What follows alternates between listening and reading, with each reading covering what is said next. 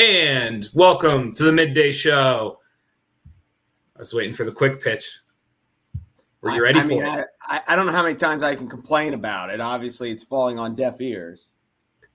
I'm Jeff Everett. He is Mark Messina. We're going to bounce around today. Some trending topics. There's more going on in Texas as details are being released about the tragedy from this week. A house explosion in Pennsylvania. I don't know if you've seen the photos. Absolutely incredible. Brutal images. There's also what was the other one? There's a house for sale you might want to buy. I'll explain that in a second.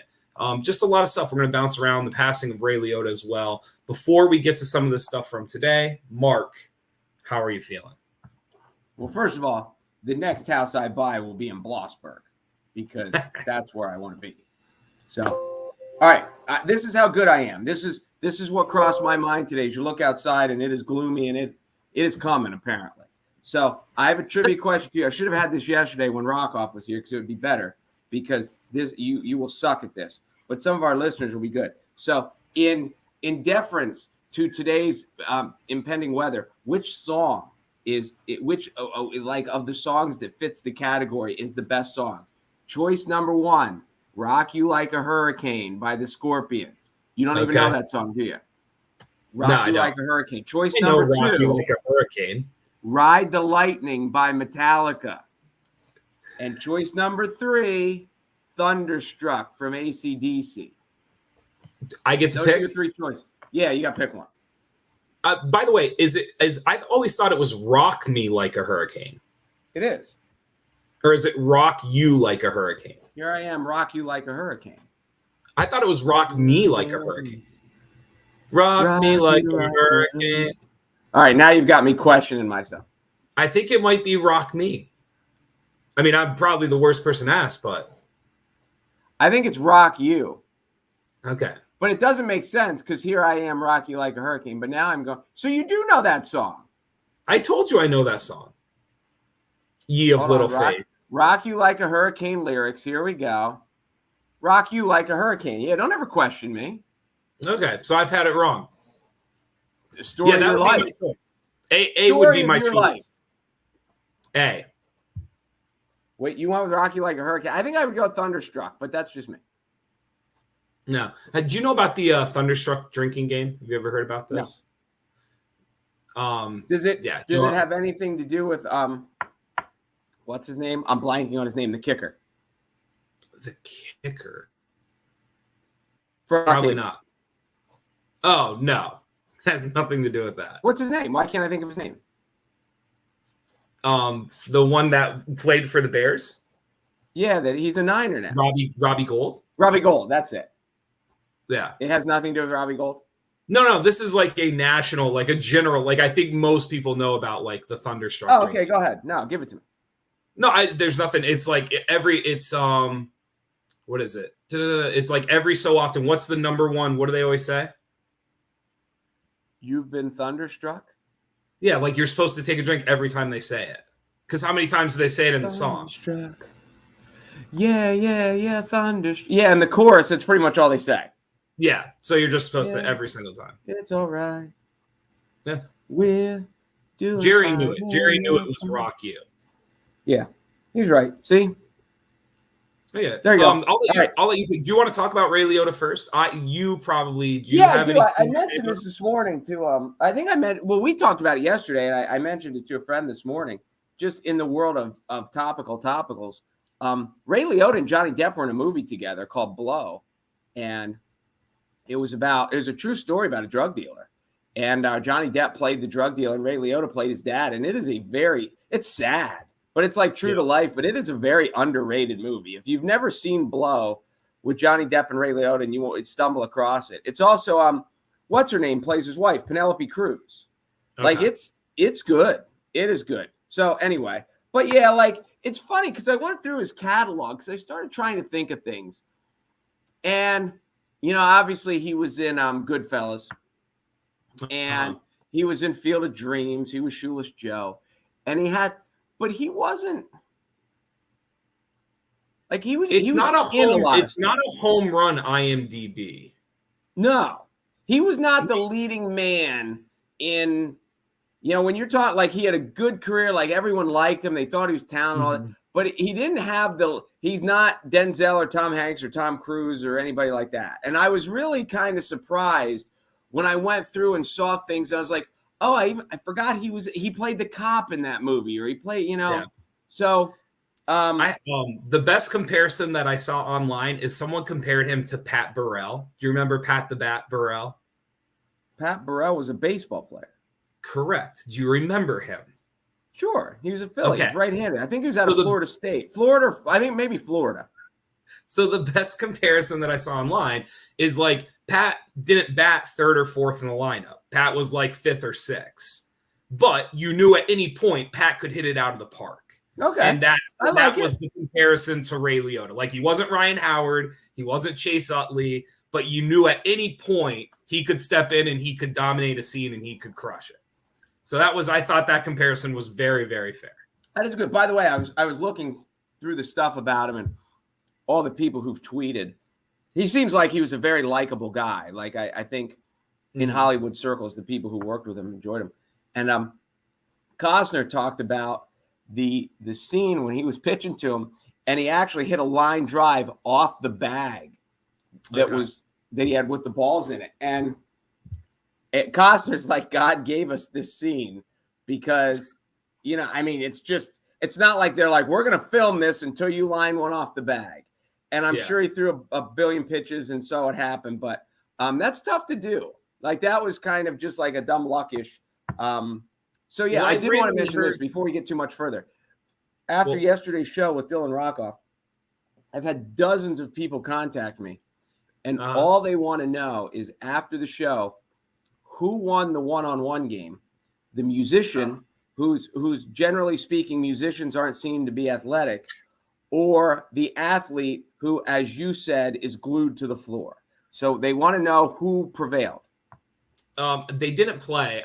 But I will tell you, I do think the athlete that is glued to the floor, I do believe would prevail. I was forced to give my true, honest answer last night, and my honest answer is I think it's 11-7 to the athlete glued to the floor. So when you say you were forced, like at knife point, this is like I need an answer out of you. It was I was verbally attacked for my comments made on the show yesterday about it. This is, you always make me like backtrack because you're faster than me. The Ray Liotta thing, I randomly had the radio on because I never listened to the radio this morning. But when I first got in the car, it popped on, and Gary Chrisman, our local radio guy, he was talking about Ray Liotta was a Miami Hurricane because Chrisman went to Miami. So he was like 2 years behind him, went to Miami. So, you know, made me pick a song today. It was Rock You Like a Hurricane, Ray Liotta, Hurricane. It all would have circled together better 2 minutes ago, but then you kept talking and it kind of ruined my point, but I wanted to say. Wait, what is Ray Liotta and Miami Hurricane? Oh, I get it. Very nice. Yeah. Very nice. Do you know who Gary Chrisman's roommate was in college? You've told me this before and I can't remember. Who was Roy it? Firestone. Okay. You've told me that before. Are you too young? Do you remember Roy Firestone from ESPN? No, listen, do I remember like sitting in front of it? No, but like I know most of the ESPN personalities. Okay. Yes. Yeah. And I don't know how long they were roommates or whatever, but yes.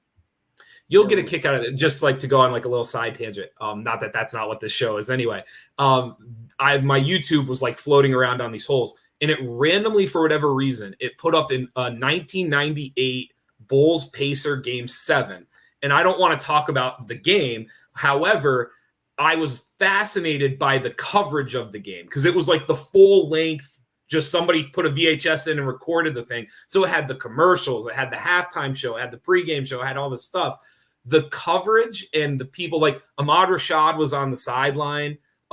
Isaiah Thomas was in the booth for some reason, even though he had he had to be less than 5 years retired doing the game. Peter Vesey was doing the halftime show.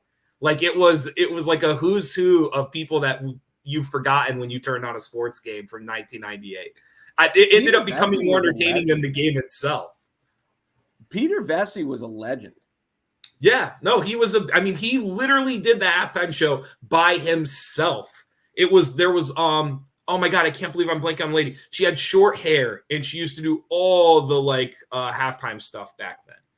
short-haired brunette. I know who you mean. Hannah Storm. Hannah Storm, and it was Hannah Storm and Peter Vesey. That was the show. Can you imagine in 2022 an NFL or an NBA playoff championship show where there's only two people in the entire room? Who better for today to go with Thunderstruck and Ride the Lightning and Rock You Like a Hurricane than Hannah Storm? Hannah Storm. It's all coming to none of this was planned. It's all coming together. Yep. It's all coming together. So the real question is, why are you watching this?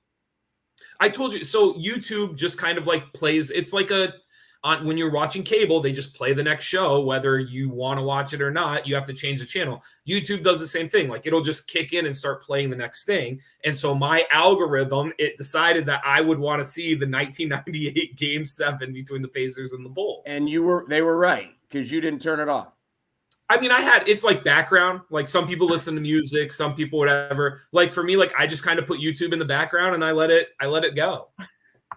You are so young.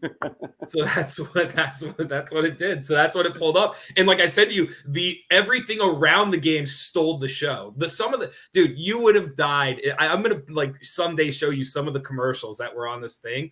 Just hilarious. And like I said, even the halftime show, like just Peter Vesey just talking to himself. Can you imagine in 2022 just having a halftime show where a guy just talks to himself? You know what's funny about Peter Vesey? What will be fascinating for the viewers is to talk about reporters from 25 years ago. He had a brother. Peter Vesey was I don't say vicious. Peter Vesey did not handle things with kid gloves. Mm-hmm. He had a brother who wrote for the New York Times, the Wall Street Journal, who they said were like polar opposites. So in thinking about that, when Peter Vesey doing it by himself, he may have either demanded it in his contract or he couldn't find anyone to work with him. Those are my two thoughts, just from knowing what I've heard of Peter Vesey. Yeah. No, I totally agree. The other thing you would have loved is they interviewed, it was like between the third and the fourth quarter, they showed some random interview of Byron Russell, who was famous for having Jordan hit the last shot over him. And Howard Isley, who was the backup point guard to John Stockton. So most people have never heard of Howard Isley, even though he had a very good career. But they did this interview, and you could tell like the lack of training, like the lack of media training, the inability to value. Like nowadays, players beg to do that stuff because it's followers and it's going to grow your Instagram and now your advertising stuff. You would have thought they like dragged Byron Russell and Howard Isley to do this 2-minute interview with ABC Sports. And I just looked at it and I was like, no, like nowadays, nobody would be that miserable to do the interview. So I don't know. It was like going into a time warp and just seeing how much has changed in 25 years was fascinating. And just to prove that I'm paying attention and I hang on your every word, back then it was on NBC. The NBA on NBC with Ahmad Rashad and Hannah Storm. There you go. That's who it was. You even remember that was basically the jingle. The NBA on NBC. They also had the round ball rock. Do you remember the round ball rock? I do not remember that. Oh, you do. It's the oh yeah. Yeah, that's the round ball rock is what it's called. Oh, I didn't know that. Yeah, it's an actual great one. That yes, you can and the theme song to This Week in Baseball are just those are just two of the iconics. Does the baseball one have a name though? I'm sure it was composed by somebody before, and then baseball This Week in Baseball took it. Would be my guess. Yeah. Just like Jerry asked who wrote the round ball rock. It's a famous composer, and there's a crazy YouTube video where he tells the story. He actually came up with the round ball rock, but he wasn't like in his studio. So he had to call himself, and he left himself a voicemail doing like the da da da da da da da. And in the performance, he plays back the voicemail before he actually plays the song to the audience. You can find just YouTube round ball rock. It's very, very enjoyable. I cannot remember the name of who it was. That's funny. Yeah. I'm going to say Barry Manilow. Nah, I don't think it was Barry Manilow. Let me look up. What did Barry Manilow do? He did a lot. I think he did. I am stuck on Band-Aids because you're gonna die laughing. John Tesh. Oh, okay. There you go. Jerry, just the same Barry, time I looked it up, Jerry just said it. John Tesh. I saw an interview with Barry Manilow. I think it was on Oprah, and that's how he got his start.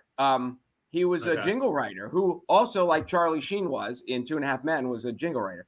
But she said to him, and I remember, because he was like, I wrote this, I wrote that. Then Mandy hit, and then I didn't have to write jingles anymore. And he said, she's like, oh, have you written anything you would know? And he starts rounding things off like Band-Aid. I think he did like a good neighbor, stay far. I think he had that one. And I think he had one of the McDonald's ones. Now, McDonald's has a bunch of them. I think it was You Deserve a Break Today. Okay. And he's rattling. And Oprah's like losing her mind. Like, she's like, you wrote though? She goes, how much did you get for that? He goes, it's just like a $500 one-time thing. You give it to them, see if they like it. She's like, they use those. Like, State Farm used it for 40 years. He's like, yep, $500. That's what I mean. It was fascinating. No, that's pretty good. Well, now I don't want to dive into some of this stuff because some of it's a little doom and gloom. It's like the impending weather. We are a kind of a doom and gloom show. You think so? Well, I think Dylan Rockoff thinks we are now that you predicted he was going to lose 11-7.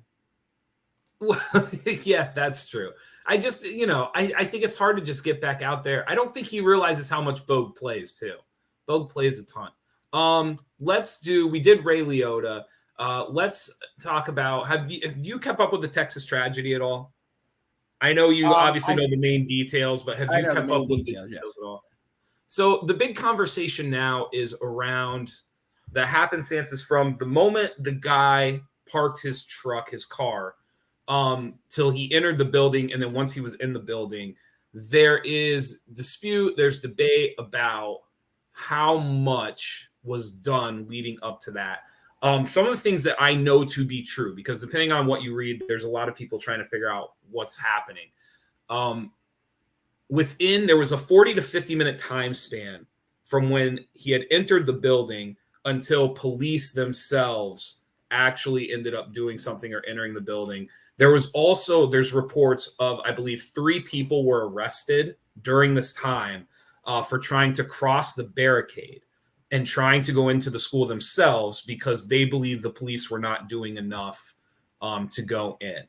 So there's a whole subsection of conversation there about, I'm not a policeman. I've never been a policeman.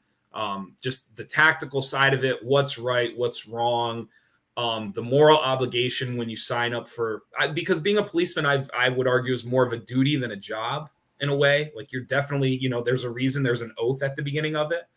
I know a police officer. He's not retired, but he used to tell his line was, I don't get paid for what I do. I get paid for what I might have to do. Yeah. And I think that that goes along with it. I'm sure they're going to answer questions because these people going over the barricade were obviously parents who were frantic. I know for a fact one of them was. So I would like to assume the other ones were as well, but I don't know that for a fact. Yeah, going in to try to get their kid, because if your kid's in the building and there's an active shooter, nobody's in there, you feel like you want to do something. So I'm sure they're going to have a lot of questions to answer. So yeah, it's there's some other stuff, like it took the tactical team almost an hour to arrive after the first responding officers made their way into Robb Elementary School. So there's the whole aspect. I don't know the bases of a tactical team and everything else. So there's this whole outside the school story. I mean, the inside the school story obviously is horrific and details are coming out about that as well. I don't necessarily want to dive into that, but the outside the school and what is the responsibility and what is expected. I don't love, as a person, as a citizen, I don't love the image of cops going out of their way. And I understand, like, you have to keep order and you're trying to figure, it's chaotic and you're trying to figure out what's going on. It's not a great look when you're taking parents in handcuffs away, but you're not willing to handle the situation that's directly in front of you. It's a very unique situation. The image is, I can't get the image out of my head. The image of a parent being handcuffed to the ground because essentially they're willing to do something that the police were not. No, I'm with you. I'm with you. It's a tough look. And every time this happens, it happens more so with the school shootings than with like the Buffalo grocery store shootings. But every time this happens, there's people come up and say this is enough, and we need to look in the mirror, and what are we doing as a country? And then, is there anything that could happen? I think in general, I think the country in general is in favor of the Second Amendment. Just with I mean, obviously there are people who are totally against the Second Amendment. That's never going to happen. But I think there are a lot of people who are like, yeah, I'm in favor of the Second Amendment, but some 19-year-old shouldn't be able to buy like Uzis and military style machine guns and stuff like that. Is there ever anything that will happen that will soften the right stance on cooperation with that, or is it just like Second Amendment, we get our guns? I don't know. I think part of it's just the check that's written, and I think some of the people that I saw speak on it the last couple of days, senators, even Cruz a little bit, you can see like they're firm in what they're saying, but you can tell like they don't have there's not like a full belief in what they're saying. And you can see it. They're they don't feel great saying it, but I think the check has been big, and the check that was written to them is big enough to say it. I don't know what I agree with you. I think you look at what it takes to do so many different things in this country, the amount of paperwork it takes, the licenses, just how government has its hand in everything. And yet this is the thing that it seems to be that you can pull it off much easier than everything else. But I go back to what I've said before. Like, I think it's part of gun conversation. I think it's part of a mental health conversation. I think it's part of school conversation. I think it's a lot of these different conversations mixed into one. I don't know if the check will ever be small enough for some of these senators and different people for them to change their mind or to change their vote. I don't know. Yeah, you're probably right. I hate, like, I'm not trying to escape your question by just making it about No, I think money, you're probably right. I think that it's too career. They feel like it's too career threatening to. I think people look at it like this is. I think people get frustrated because they look at it and they say, "Look at what's happening," and this is such a simple thing. And I think, like, on a human to human standpoint, that's completely true. Like, peer to peer, like, yes, like, it's a very simple solution. The political side of it, the financial side of it, that's the part of it that they're completely ignoring. And I'm not saying that part's more important. I'm just telling you that's the game they're playing, and that's the conversation. The conversation for a lot of these people isn't necessarily right or wrong. The conversation is, I get this check and I have to make sure that these things do not happen. And one of them is making sure that it's still easy to purchase weapons. And like I said, until that check's smaller, I don't know. You can, like, they can say, like, you vote people out. And we've talked to local politicians in the area, and you said it the other day, like, it's hard to turn down money. Like, it is. And so even if you vote out the people that are in right now, because that was Kimmel's big thing the other night, is he's like, you have to vote these people out. You can't keep voting them in.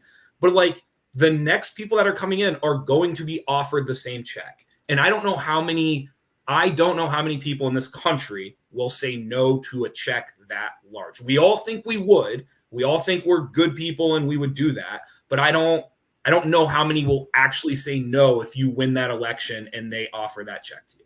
Especially when the guy at the next desk is taking the check, Correct. And that you're going to be up for election again in 2 years or 6 years, and you're going to need financial backing to win again. Sure. Absolutely. So, and there's certain states too where, like, there's always going to be states where it's not looked at in a negative light to accept that check.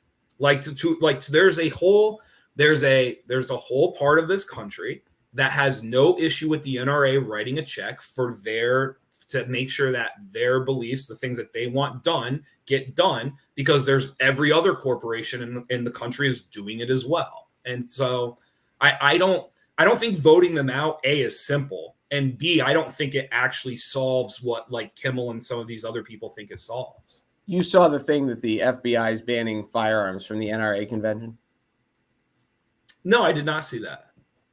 Yeah. Well, Trump is speaking, so I think it's part of I think it's a bigger deal. I think it's a Secret Service issue and things like that. But the irony of the fact that they're banning firearms from the NRA convention is hard to miss. My question with that is, do you think the NRA people are do you think they can laugh at that too? Because it's hard not to laugh at that. And to see like the irony of it. Well, the other irony of it too is I think Cruz and Abbott, I might want to double check that. One of them is I think both of them are key speakers. Like we're supposed to speak at this next convention. So, governor and the senator for the state of Texas after this is supposed to go and speak on, behalf of gun rights and gun laws. And the timing and the irony of that is sad and peculiar as well. Like I've said to you before, I don't think Cruz can help it. Like, I think he just falls in to these ironic situations, and some of them he does himself. But we've talked about this. Like he's so like, I'm trying to think of the word. I've never seen a politician who consistently walks in to just piles of crap and then just somehow skirts through them. And this is an example. He went through it with the electrical outage, and he like flew down to Mexico and came back. And now like there's this mass shooting in his state, and he's going to go speak at this NAR convention. And it's like, I don't know. He is a unique individual. No, I get it. And you and I are both supporters of the Second Amendment on its merits. I've said before, like, I get looks from different people. I certainly think gun control and gun regulation is a topic of conversation. I think it should be a topic of conversation even before the shooting in Texas. But I don't again, I think it's like a piece of the pie. Like, I think there's a lot of, I don't want to say good points. I think there's a lot of data, there's data that will back up that gun regulation helps. And I totally agree. There's data that also backs up that like mental health has declined. There's data that also backs up that like the school that you used to walk into, or that even I walk into, like it's different now. Like there are schools that are better protected. There's schools that aren't better protected. I just think it's a bigger whole conversation. I don't think it's a one-stop shop. But the people on the right now that are acting as if like everything is okay, everything can be improved upon. That's what I would say to them. And I would say to them, like, I totally support the Second Amendment, but I would certainly say like it's an amendment, and just like the rest of them, they can be improved upon. That's what I would say.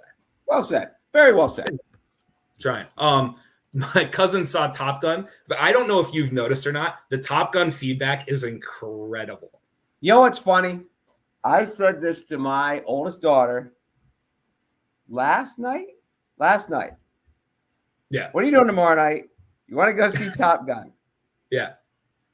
And I got this look while the wheels were turning as to how can I politely reject this offer.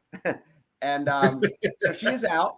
I don't even remember what cockamamie excuse she came up with. I'm kind of ready. I think I might go check it out this weekend. Okay. I suppose they're saying you need to see it at the nicest theater that you can see. I've also, one of my podcasts I listened to, it said that you want to make sure it's a Dolby theater, because apparently there's different theaters have different sound systems, obviously, like they can't all have the same kind. Right. Apparently this movie was made with the intention, like it will actually shake you if you're at, like, you will feel like you're in the cockpit if you're in the right theater. Because like the Dolby sound system, it was like, I don't know how to explain it. Smarter people than me know how to explain it. But you want to make sure it's a Dolby theater. At my age, I don't want to feel like I'm shaking in the cockpit. Okay. I'm not sure that's what I'm going for. Okay. That's fine. No, I've yet to hear somebody say in everything I've read and listened to that it was not amazing. And I'm not saying not good. Amazing. Like I almost feel like a loser if I don't, because we've said, like, and you know how this goes. if this movie sucked, people would be all over it. Like, this is not like feeling bad for them. This is not a sympathy vote. Like, there's no way all these people can be wrong. Now, it might have built it up too much that it's going to be a little bit of a letdown because, all I've heard is out of this world, but it can't suck. There's no way all these people can be wrong. No, the question now becomes, can it get nominated? Like, does it become, no, you don't think so. You don't think it has any chance. Oh, like maybe effects, something stupid like that. It can't, it won't. It has to be an art house, something commercially. That's so funny. Commercially successful and big box office hurts. It hurts. Did you see Coda? No. That won it this past year? Okay. Because that's like a little art housey, whatever. But like, to me, like, that was just a glorified Hallmark movie. But the key component was like people felt something when they saw it. And right now, like, I'm not trying to compare the two movies, but right now, like, there's a very similar feeling of like someone would see Coda and they would be like, it was amazing. You have to see it. And that's how, like, this is right now. Like, people are like, it was amazing. Like, you have to see it. So I don't know. Like, I think that's the world we're kind of in right now. There's so much to watch and see that if you can just garner the attention, like if you can just get people to say, you have to see this movie, you can put yourself in the running. Like, you don't think so? I think voters have a type, just like people dating have a type. There's no way that the best movie of any year has not been a comedy. There's no way.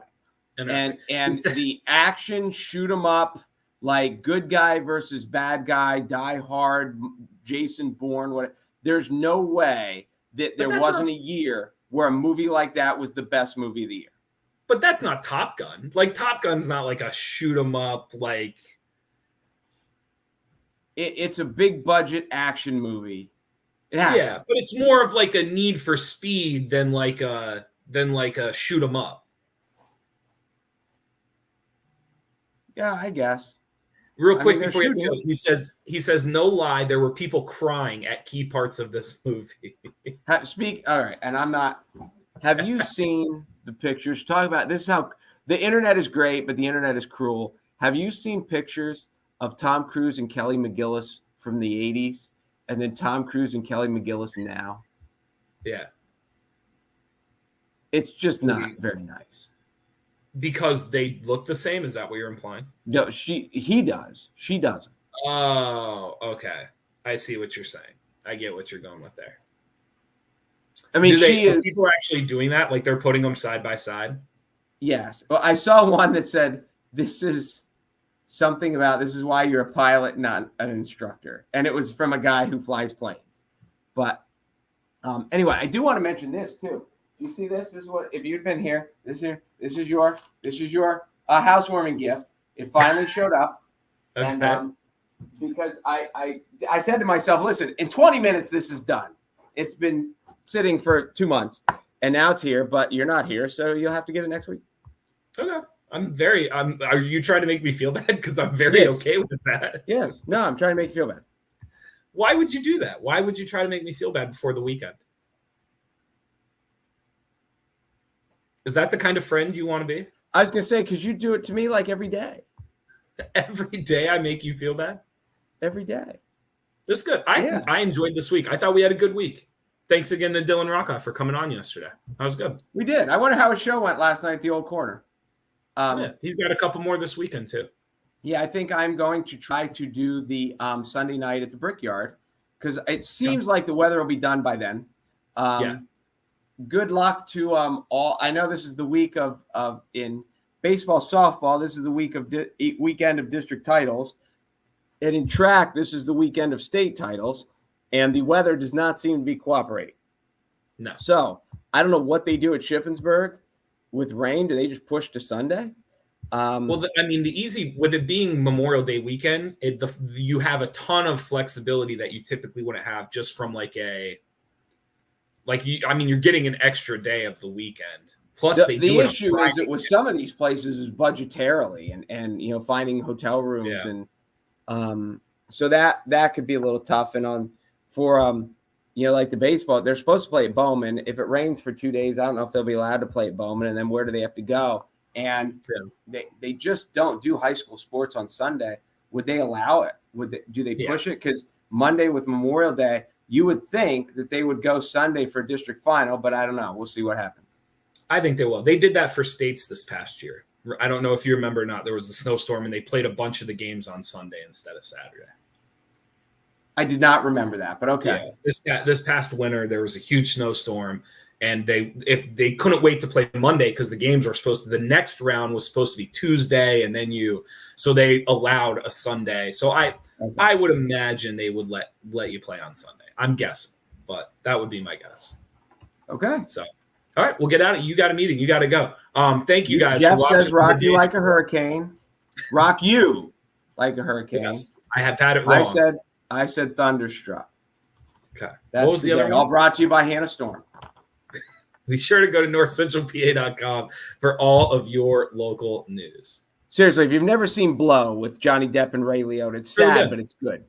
You should check it out. It's very, very good. I'm Jeff Everett. He's Mark Messina. We will be back next week. Maybe we'll see Top Gun. Maybe we'll get to talk about it with Jeff.